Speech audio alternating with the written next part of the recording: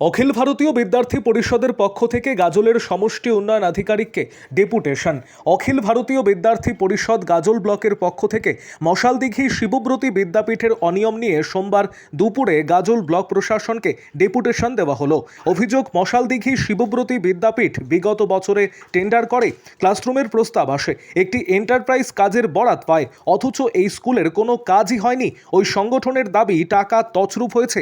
এরই পাশাপাশি টেন্ডারের সকল তথ্য জনপ্রকাশ আরও তারা অনুরোধ জানিয়েছেন।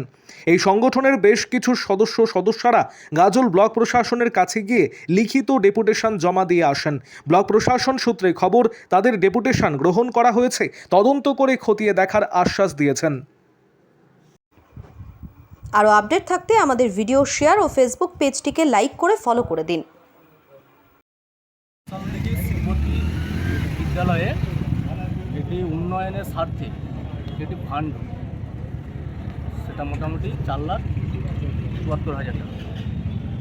তো আমরা জানতে পারি যে সেই ফান্ডটা ঢুকেছে, কিন্তু স্কুলের কোনো কাজ হয়নি।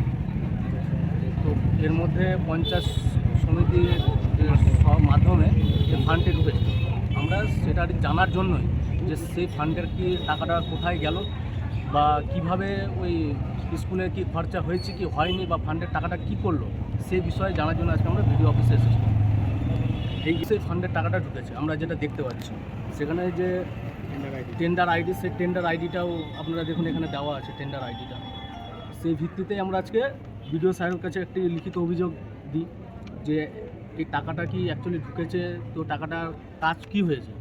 আমরা স্কুলে জানতে পারি, গ্রামের মানুষজন, অভিভাবক, যারা ছাত্রছাত্রী অভিভাবক রয়েছে, তাদের কাছ থেকে আমরা জানতে পারি যে ওই স্কুলে কোনো উন্নয়নমূলক কোনো কাজ হয়নি, বা যে স্কুলটাকে রিপেয়ারিং করার জন্য যে ফান্ডটা ছিল, সে ফান্ডের কোনো কাজই হয়নি স্কুলে।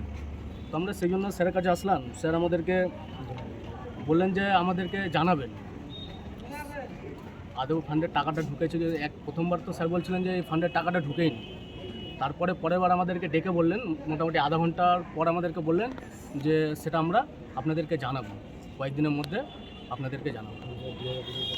এমনকি বললেন যে ডিআই অফিসের সাথেও আমাদেরকে কথা বলতে বললেন, যদি আগামী দিনে আমাদেরকে ডিআই অফিসেও যেতে হয়, তাহলে আমরা লিখিত আকারে ডিআই অফিসেও আমরা যাব।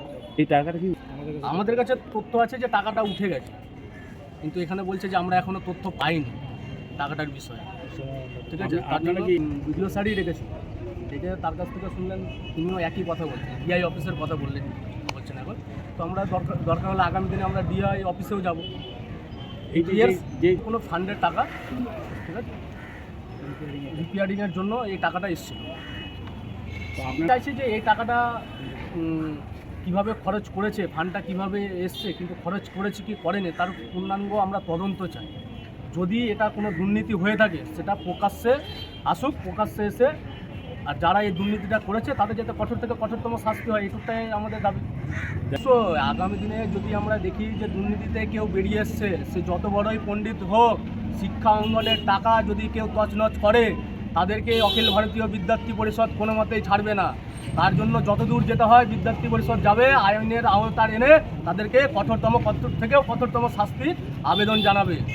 আমার নাম সুজিত মণ্ডল, আমি অখিল ভারতীয় বিদ্যার্থী পরিষদ উত্তর মালদা জেলা প্রমুখের দায়িত্বে।